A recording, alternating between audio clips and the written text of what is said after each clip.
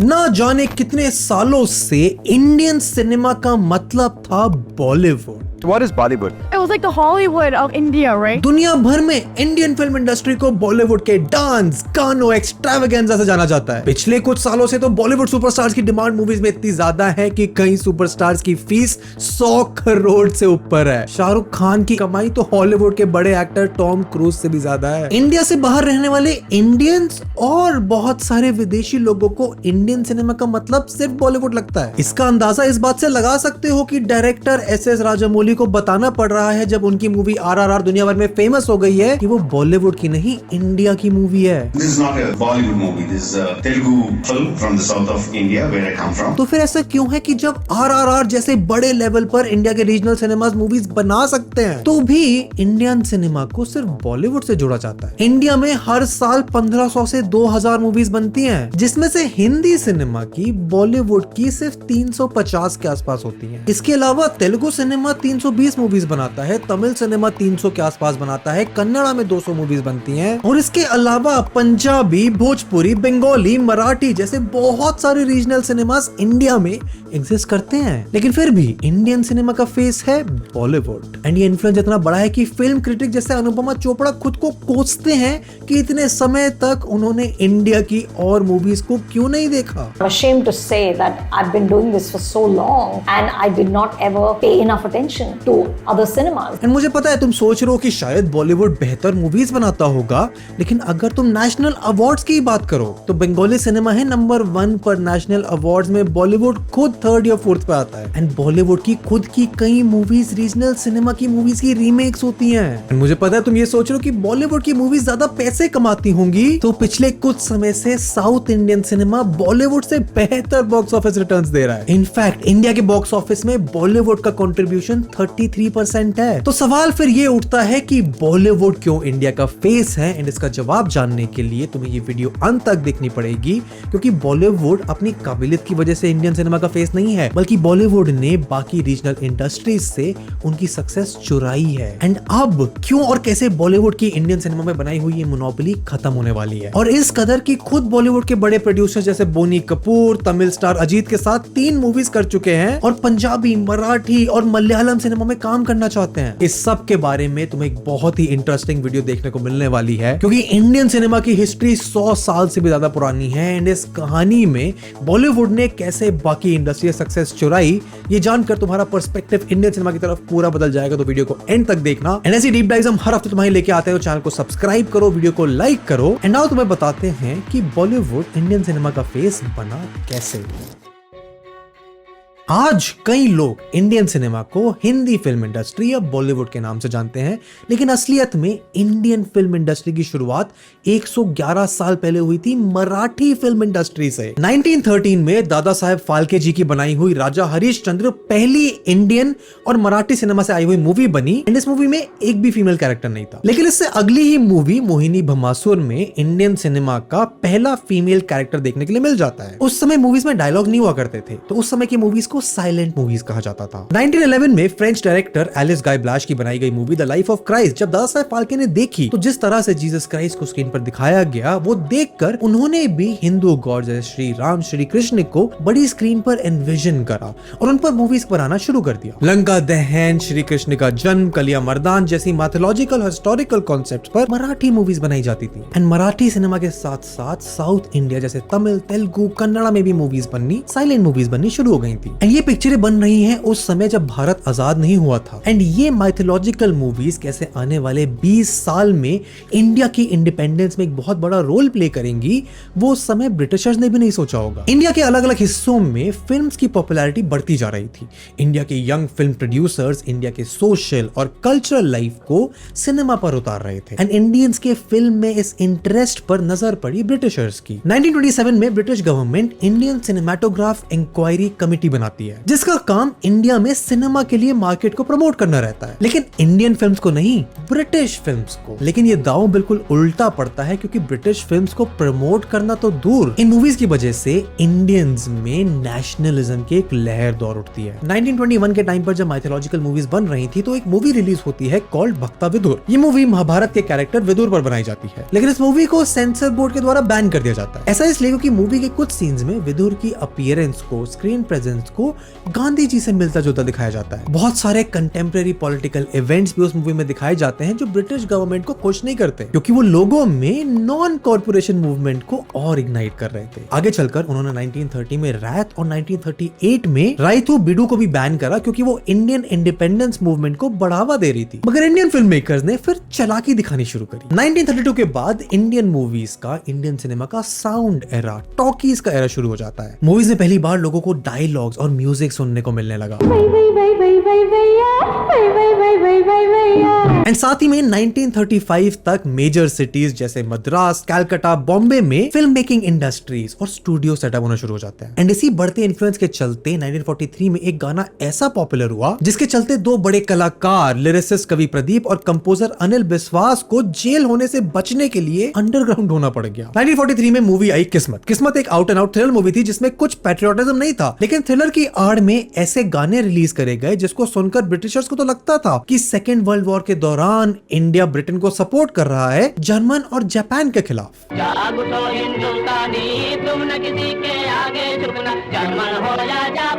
लेकिन गाने की एक लाइन, दूर हटो ए दुनिया वालों, हिंदुस्तान हमारा है, इंडियंस को ब्रिटिशर्स के अगेंस्ट जागरूक करने के लिए लिखी गई थी। एंड ये तो म्यूजिक की बात थी। अगर मूवीज की बात करें तो 1938 में आई मूवी वतन एक कॉस्ट्यूम ड्रामा थी, जिसमें प्लॉट की सेटिंग तो सेंट्रल एशिया की दिखाई गई थी, but it was based on decossackization, जो इन्वॉल्व करता था बोल्शेविक और कोसैक लोगों को। कोसैक की आजादी के लिए लड़ाई इंडिया की इंडिपेंडेंस की लड़ाई का एक सिंबॉलिक रिप्रेजेंटेशन था। एंड देखते ही देखते देश भर में इस सिनेमा और इन गानों का नंबर बढ़ता जा रहा था। इस सिनेमा को हर घर तक पहुंचाने की कोशिश रहती थी, और इन सॉन्ग्स का, इन मूवीज का एक बहुत बड़ा हाथ था प्री इंडिपेंडेंट इंडिया में नेशनलिज्म की एक लहर को बढ़ावा देने का, इंडिया के लोगों में फ्रीडम के लिए एक मूवमेंट को इंस्पायर करने का। छोटे छोटे बच्चों तक के लिए चल चल रे नौजवान, कहना मेरा मान टाइप के सॉन्ग्स एक मार्चिंग ट्यून बन गए। कहना मेरा मान मान चल रे नौजवान। एंड इन मूवीज और सॉन्ग्स ने एक बहुत इंपॉर्टेंट रोल तो निभाया 1947 में अंग्रेजों को देश से बाहर निकालने के लिए, लेकिन उनके जाने के बाद भी इंडिया में गरीबी, पार्टीशन का ट्रॉमा, जेंडर इनइक्वालिटी, जातिवाद जैसे पॉलिटिकल और सोशल इविल्स पीछे रह गए थे। और फिर उनको हाईलाइट करने के लिए आगे आया बंगाली सिनेमा। आज के समय में बंगाली सिनेमा पूरे इंडिया में सबसे ज्यादा क्रिटिकली अक्लेम्ड मूवीज बनाने के लिए जाना जाता है। इतना कि 1967 से 2021 के बीच में बंगाली सिनेमा के डायरेक्टर्स सबसे ज्यादा नेशनल अवार्ड जीत चुके हैं। लेकिन बंगाली सिनेमा, या फिर तुम समझो इंडियन सिनेमा का, बॉलीवुड के डोमिनेंस से पहले के सिनेमा का गोल्डन पीरियड 1940 से 60s तक माना जाता है। अब बंगाली सिनेमा की बात करें तो उनका मजबूत पक्ष, उनकी प्रोमिनेंस इंडिया के एक रियलिस्टिक एस्पेक्ट को दिखाने में दिखती थी, जो इंडिया के गांव, शहरों, कस्बों की असलियत वैसे के वैसे स्क्रीन पर उतारने में माहिर हुआ करता था। इन मूवीज में कोई गाने नहीं होते थे, कोई एक्शन सीन्स नहीं होते थे। माना जाता है कि 1940s में बंगाली सिनेमा में रियलिस्टिक आर्ट ऋत्विक घातक, पंसेना मृणाल सेन ने इंट्रोड्यूस करी थी, और यहाँ से इंडिया के पैरेलल सिनेमा की शुरुआत होती है। अब इस तरह के सिनेमा को पैरेलल सिनेमा क्यों कहा जाता है, इसकी बात हम आगे वीडियो में करेंगे, लेकिन ये आर्ट फॉर्म हेवीली इटालियन न्यूरलिज्म और फ्रेंच पोएटिक रियलिज्म से इंस्पायर हुआ था, जहां वर्ल्ड वॉर 2 के आफ्टरमैथ में रोजमर्रा की जिंदगी,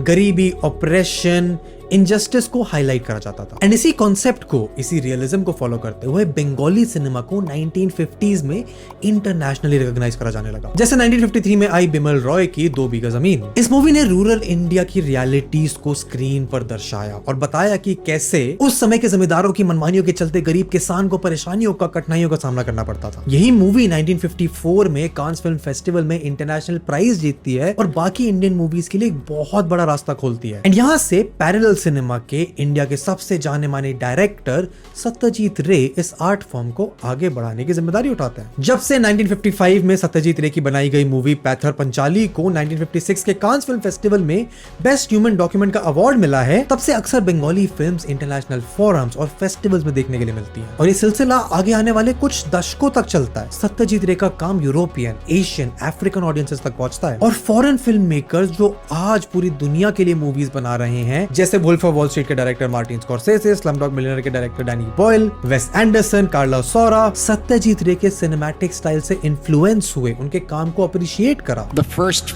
film that I really saw about India was Pate Panchali by Sajid Ray, and I realized it was a film that was made by Indians, for the world, not through other cultures. Satyajit रे की अपू trilogy, जिसमें पाथर पंचाली, अपारजीतो और अपुर संसार बनाई गई हैं, ये मूवीज अपू नाम के कैरेक्टर के अर्ली चाइल्डहुड से लेके लेट एडल्टहुड तक की लाइफ को बहुत अच्छे से, बहुत रियलिस्टिकली ट्रैक करती हैं एंड सत्यजीत रे के वन ऑफ द बेस्ट काम में मानी भी जाती है। एंड 1970s और 80s तक आते आते तो ये पैरेलल सिनेमा इंडियन सिनेमा की लाइमलाइट में भी आ जाता है। 1970s की उसकी रोटी, अशद का एक दिन, दुविधा जैसी मूवीज को क्रिटिकली अप्रिशिएट करा जाता है। डायरेक्टर जैसे गुलजार, श्याम बेनेगल, मनी कौल अलग अलग स्टाइल से रियलिज्म प्रमोट करते हैं। नए एक्टर जैसे ओम पुरी, नसरुद्दीन शाह, स्मिता पाटिल को इस आर्ट फॉर्म से मेन स्ट्रीम रिकॉग्निशन मिलता है, इंडस्ट्री में एक जगह मिलती है। वहीं इंडस्ट्री के मेन स्ट्रीम टॉप आर्टिस्ट जैसे हेमा मालिनी, राखी गुलजार और रेखा ने भी पैरेलल सिनेमा में काम करा है। एंड 1990s तक भी पैरेलल सिनेमा की मॉडर्न अडैप्टेशंस तुम्हें देखने को मिल जाती हैं, जैसे राम गोपाल वर्मा की बनाई हुई सत्या, जो बॉलीवुड में उस टाइम के आने वाली मूवी से बिल्कुल अलग थी,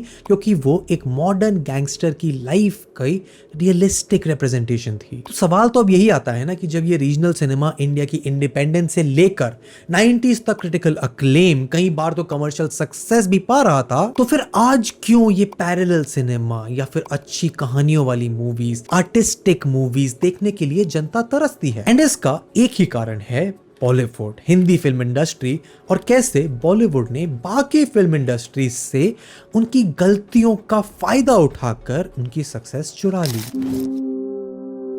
जब 1970s और 80s में रीजनल सिनेमा थ्राइव कर रहा था, इस कदर की मलयालम सिनेमा जैसी रीजनल इंडस्ट्रीज का भी वो गोल्डन पीरियड माना जाता है, तब बॉलीवुड की हालत 80s के एंड तक आते आते इतनी खराब हो गई थी कि उन्हें जनता को थिएटर में लाने के लिए बी ग्रेड मूवीज का सहारा लेना पड़ रहा था। बड़े से बड़े डायरेक्टर्स, बड़े से बड़े सुपरस्टार्स, बड़े से बड़े एक्टर्स तक की मूवीज थिएटर में फ्लॉप हो रही थी। लेकिन फिर कुछ ऐसा हुआ, बॉलीवुड अपने इस डार्केस्ट फेज से ऐसा बाहर निकला कि कोई और इंडस्ट्री बहुत समय तक, बहुत लंबे समय तक बॉलीवुड के आसपास भी नहीं आ पाई। एंड ये क्या, क्यों और कैसे हुआ, ये समझने के लिए थोड़ा सा और पीछे जाकर बॉलीवुड की कहानी समझनी पड़ेगी। जब 1950s में इंडिया आजाद हुआ तो ये रियलिस्टिक सिनेमा के साथ साथ इसके पैरेलल में एक सिनेमा शुरू हुआ, कमर्शियल सिनेमा। इनफैक्ट इस पैरेलल सिनेमा का नाम पैरेलल सिनेमा पड़ा ही इसलिए क्योंकि उस समय के कई मायनों में इंटेलेक्चुअल, आर्टिस्टिक फिल्म मेकर जैसे सत्यजीत रे या फिर बिमल रॉय कमर्शियल सिनेमा में बनने वाली म्यूजिकल फिल्म से परेशान हो गए थे। लेकिन सच ये था कि ये कमर्शियल कहलाने वाली मूवीज जैसे बाबुल, आवारा, बाजी, श्री 420 इतनी सक्सेसफुल हो गई कि इनमें काम करने वाले एक्टर्स, एक्ट्रेसेस को स्टार्स का दर्जा मिलने लगा था। दिलीप कुमार, देव आनंद, राज कपूर हिंदी सिनेमा के पहले स्टार्स माने जाते हैं, जिसकी जगह आगे जाकर राजेश खन्ना ने, उनके बाद अमिताभ बच्चन ने और आज शाहरुख खान ने भरी। राजेश खन्ना तो हिंदी सिनेमा के, इंडियन सिनेमा के सबसे बड़े सुपरस्टार बताए जाते हैं, इतना कि आज तक कोई सलमान हो या शाहरुख उनके आसपास नहीं आ पाया है। राजेश खन्ना लेट 1950s से लेकर 1970s तक लोगों की नजर में खूब रहे।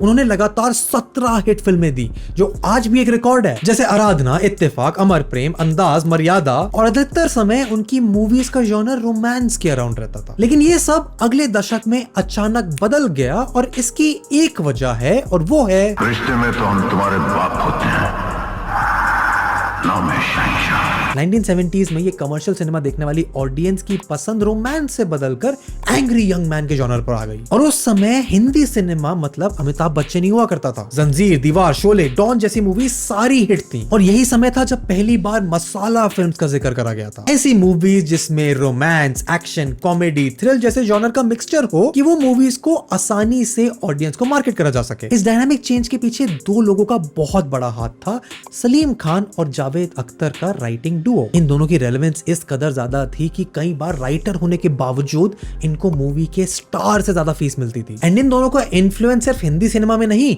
साउथ इंडियन सिनेमा में भी बहुत बढ़ गया था। दो कन्नड़ा फिल्म लिखने के साथ साथ अपनी हिंदी फिल्मों के रीमेक्स भी अलग अलग साउथ इंडस्ट्रीज जैसे तमिल, तेलुगु और मलयालम में इन्होंने प्रोड्यूस करे। इतना कि रजनीकांत को भी मूवीज में ब्रेक थ्रू तब मिला जब उन्होंने अमिताभ बच्चन की दीवार, त्रिशूल और डॉन को रीमेक करके साउथ की ऑडियंस के लिए दी मिस्टर भारत और बिल्ला बनाया। एंड हम रीमेक्स को आज क्रिटिसाइज कर रहे हैं, पर इनकी शुरुआत 1960s में ही हो गई थी। और ये रीमेक्स की शुरुआत और इंडस्ट्रीज ने बॉलीवुड को लेके करी। और ये सिर्फ एक तरफ की कहानी नहीं थी। बॉलीवुड के बड़े बड़े एक्टर्स ने बताया कि कैसे उनकी बहुत सारी सक्सेसफुल मूवीज साउथ की मूवीज की रीमेक्स थी। जैसे जितेंद्र ने बताया कि उनकी बहुत सारी मूवीज साउथ के एक्टर कृष्णा की रीमेक हुआ करती थी, जैसे टक्कर, हिम्मत वाला, मवाली, होशियार। लेकिन 1980s में कुछ ऐसा होता है कि बॉलीवुड की पॉपुलैरिटी बहुत तेजी से कम होना शुरू हो जाती है। अक्सर एक्टर्स के इंटरव्यूज में तुम्हें सुनने को मिलेगा कि 1980s बॉलीवुड का डार्केस्ट फेज था। एंड उसका कारण एक नई टेक्नोलॉजी वीसीआर थी। जो भी मूवीज थिएटर में रिलीज हुआ करती थी, उनकी पायरेटेड कॉपी लोगों को अगले दिन वीसीआर पर मिल जाया करती थी। और ये पायरेसी इतनी ज्यादा बढ़ गई थी कि लोगों ने थिएटर में जाकर मूवीज देखना छोड़कर वीसीआर पर पायरेटेड मूवीज देखना शुरू कर दिया था। इसके साथ एक और कारण था कि हिंदी सिनेमा में उस समय पर मूवीज सिर्फ एक्शन को लेकर बनाई जाती थी। जंगबाज, कयामत से कयामत तक, शक्ति, शान, कर्ज जैसी मूवीज सिर्फ एक्शन के अराउंड रिवॉल्व करती थी। तो कहानी अचानक से इतनी खराब हो जाती है कि ना फिल्म मेकर्स को, ना एक्टर्स को, ना प्रोड्यूसर्स को समझ ही नहीं आ रहा था कि वो ऑडियंसेस को थिएटर्स तक कैसे लाएं। इतना कि ऑडियंसेस को थिएटर तक खींचने के लिए मशहूर एक्टर डायरेक्टर राज कपूर अपनी मूवीज में न्यूडिटी तक पर फोकस करना शुरू कर देते हैं। राम तेरी गंगा मैली और प्रेम रोग जैसी मूवीज में एक्ट्रेसेस के हाफ नेकेड शॉट्स दिखाए जाते हैं, क्योंकि मेकर्स को रियलाइज हो गया था कि ऑडियंसेस में एक्शन से ज्यादा न्यूडिटी सेल करी जा सकती है। यही वो समय था जब बॉलीवुड में बी ग्रेड मूवीज की भी शुरुआत हुई, जो सोसाइटी के एक लोअर क्लास को केटर करने लगी थी। लेकिन बॉलीवुड की बी ग्रेड वाली कहानी पर तो और एक पूरी डिटेल वीडियो बनाई जा सकती है।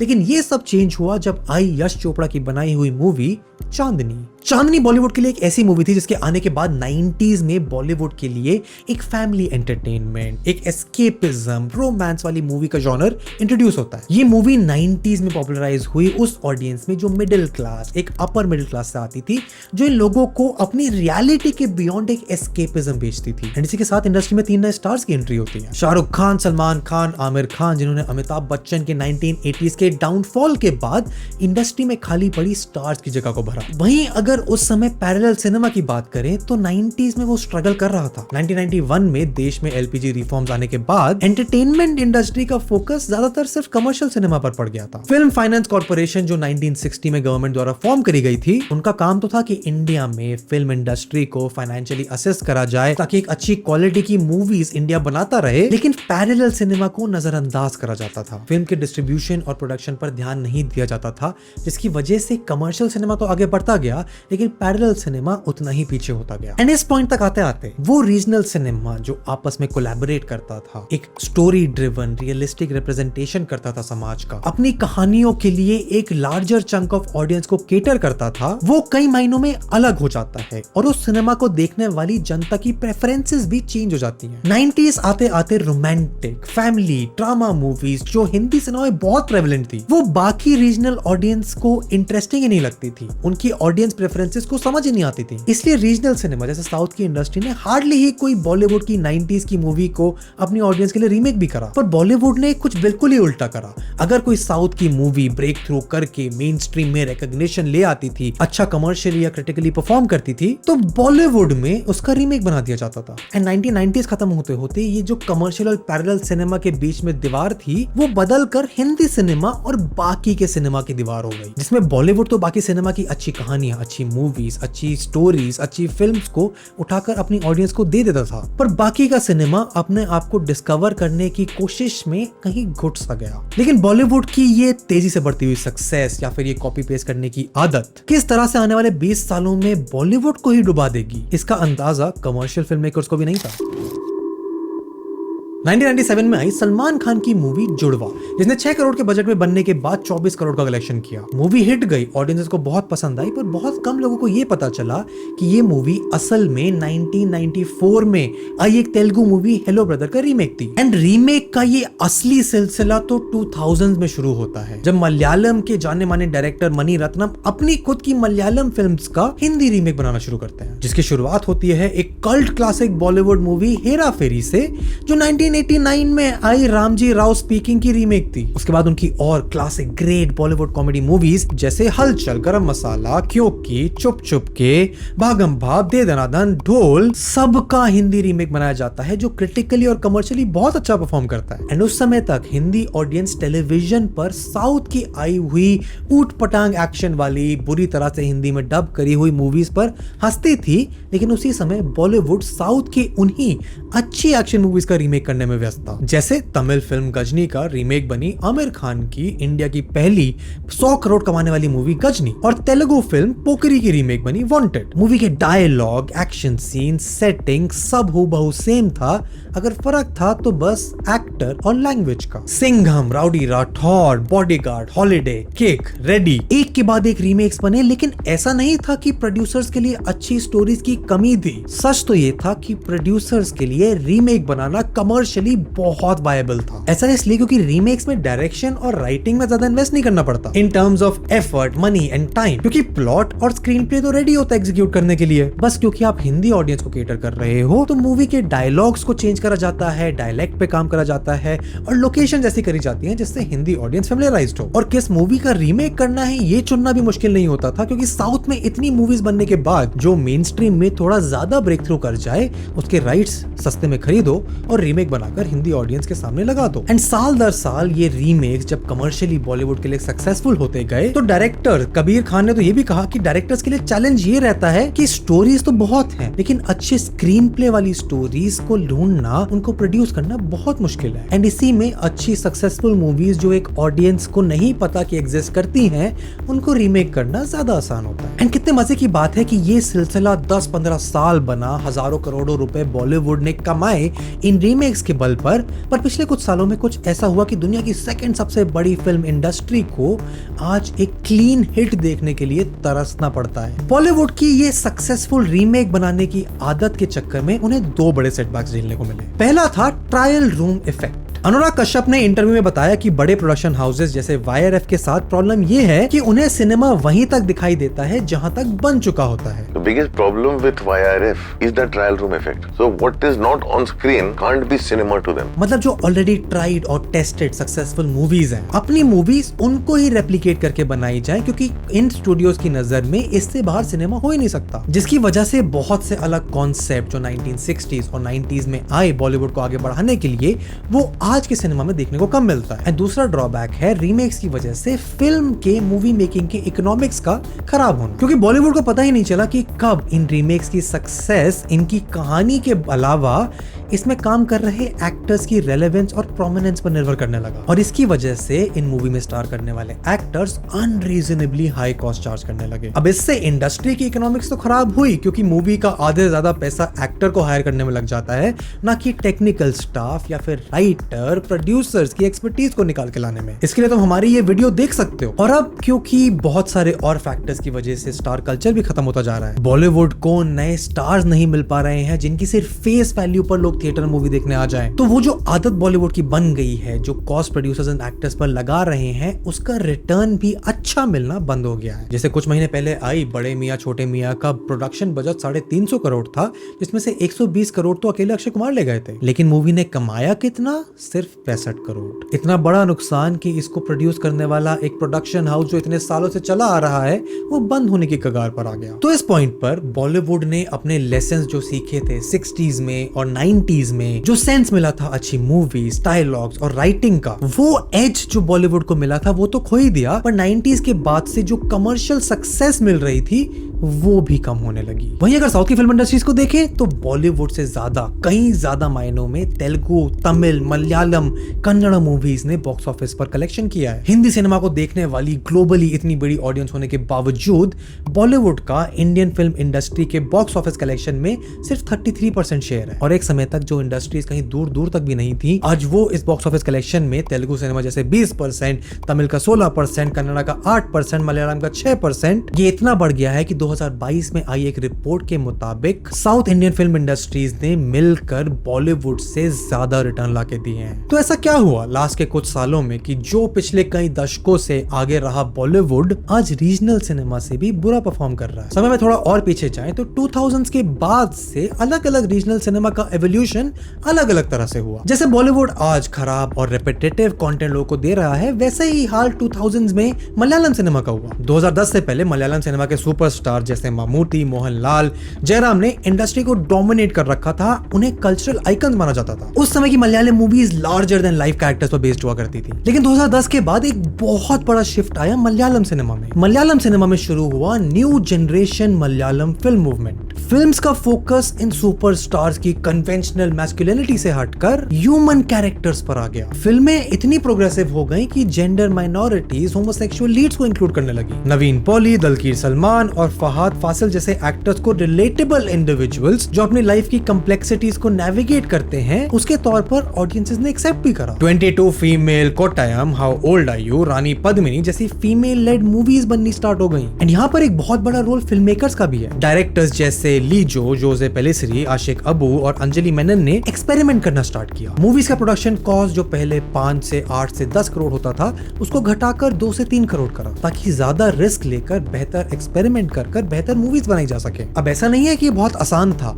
इसको वेटरन एक्टर्स और फिल्म मेकर्स ने बहुत रेजिस्ट करा। इनफैक्ट थिलाकन, एक लेजेंडरी एक्टर जिन्होंने सुपरस्टार सिस्टम के खिलाफ आवाज उठाई, उनको इंडस्ट्री से बैन कर दिया गया। एंड साथ में ही वहां की गवर्नमेंट ने भी इस मूवमेंट को सपोर्ट करा। स्पॉन्सर्ड फिल्म फेस्टिवल्स वहां के नए एक्टर्स, नए डायरेक्टर्स, नई फिल्म वॉइसेस के लिए एक प्लेग्राउंड से बन गई। फेस्टिवल्स जैसे international film festival of Kerala film enthusiast को ग्लोबल स्टेज देने लगा। एंड इसी की देखा देखी मराठी सिनेमा, तमिल सिनेमा भी नए स्टोरी लाइन्स, इनोवेटिव मूवीज बनाने की होड़ में लग गए। इनफैक्ट तमिल की मूवीज जैसे विक्रम वेदा, सूरराय पोत्तु, जय भीम को अक्रॉस कंट्री रिकॉग्नाइज भी करा गया है। उनके हिंदी रीमेक्स तो बने, लेकिन मेन स्ट्रीम ऑडियंस ने फिर भी डब्ड वर्जन में ओरिजिनल मूवीज को ज्यादा प्रेफरेंस दी। अब मलयालम, तमिल और मराठी सिनेमा अच्छी मूवीज बनाने लगे तो तेलुगु सिनेमा का एवोल्यूशन बिल्कुल ही अलग हुआ। 2015 में बाहुबली को पैन इंडिया रिलीज करने के लिए डायरेक्टर राजामौली ने धर्मा प्रोडक्शन के साथ कोलैबोरेट करा, जहां हिंदी सिनेमा में धर्मा प्रोडक्शन ने बाहुबली को रिलीज करा। अब इसमें बहुत बड़ा रोल करण जौहर का था।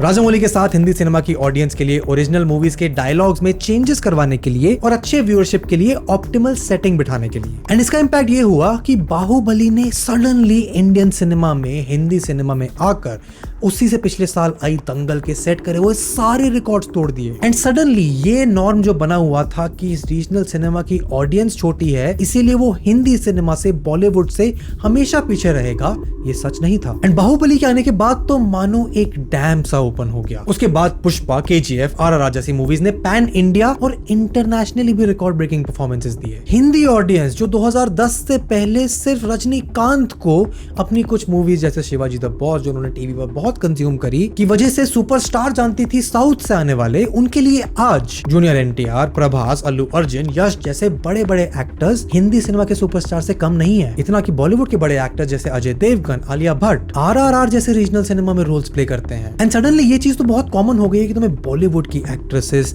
साउथ मूवीज में लीडिंग रोल्स में देखने को मिलने लगी है, वो भी तब जब वो साउथ की लैंग्वेज बोलती भी नहीं है। एंड ये सब सिर्फ इसलिए नहीं हुआ कि हिंदी ऑडियंसेस के पास देखने के लिए अच्छी बॉलीवुड मूवीज नहीं बनी थी, पर इसलिए भी हुआ क्योंकि साउथ और नॉर्थ की फिल्म इंडस्ट्रीज के बीच में जो एक अनसेट दीवार थी कि यहाँ की ऑडियंस वहां नहीं जाएगी, वहां की ऑडियंस यहाँ की मूवीज नहीं देखेगी, तेलुगु सिनेमा ने शुरुआत करी कि अपने आप को आगे लाकर उस दीवार को तोड़कर यहाँ की ऑडियंस को केटर करने की शुरुआत करके इंटरव्यूज में शामिल होकर मूवीज रीमेक ना करने के बजाय खुद डब करके इंडिया की बाकी ऑडियंस ने भी रीजनल सिनेमा की अच्छी story telling, plots, direction, production को रिकॉग्नाइज करा। एंड बॉलीवुड का एक जो बबल बना हुआ था वो सडनली टूट गया। एंड सिर्फ इतना ही नहीं, वहीं साउथ के बड़े रीजनल सिनेमा के अलावा Bengali cinema, Marathi cinema, Punjabi cinema भी धीरे धीरे अपनी मूवीज को एक मेजर हिंदी पॉपुलेशन के बीच में मार्केट करने पर जोर दे रहे हैं। एंड मेरा और कई और इंडस्ट्री एक्सपर्ट्स का, और हो सकता है तुम्हारा भी ये मानना हो कि इंडियन सिनेमा जो काफी सालों से, दशकों से बटा हुआ था बॉलीवुड, टॉलीवुड, कॉलीवुड, बॉलीवुड के अंदर, ना सिर्फ अपनी मूवीज में, लैंग्वेजेस में, बल्कि ऑडियंसेस के प्रेफरेंसेस में भी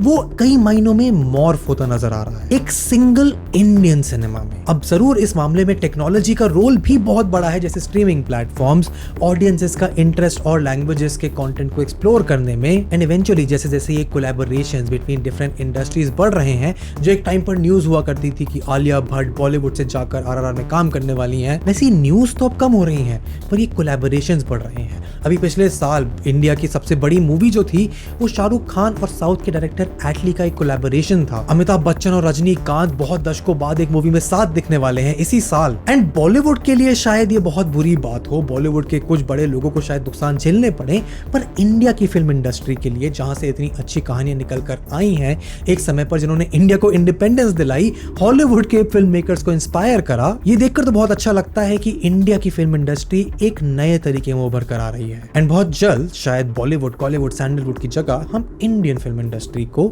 एक नए नजरिए से देखेंगे। मेरा तो यही मानना है। तुम क्या सोचते हो सबके बारे में मुझे नीचे कमेंट्स में बताओ। तुम्हारा क्या पर्सपेक्टिव था, क्या तुम्हें नया जानने को मिला इस वीडियो में, भी कमेंट करो। तुम यहाँ तक आए हो तो यूट्यूब एल्गोरिथम कहता है कि तुम्हें ये वीडियो उतनी ही अच्छी लगेगी। इनफैक्ट यहाँ पर पूरी एक प्लेलिस्ट ऐसी और डीप डाइव्स की जो हम हर हफ्ते तुम्हारे लेके आते हैं। तो चैनल को सब्सक्राइब करो, वीडियो को लाइक करो, अपने थॉट्स नीचे कमेंट करके जाओ, and I will see you in the next one. Good bye.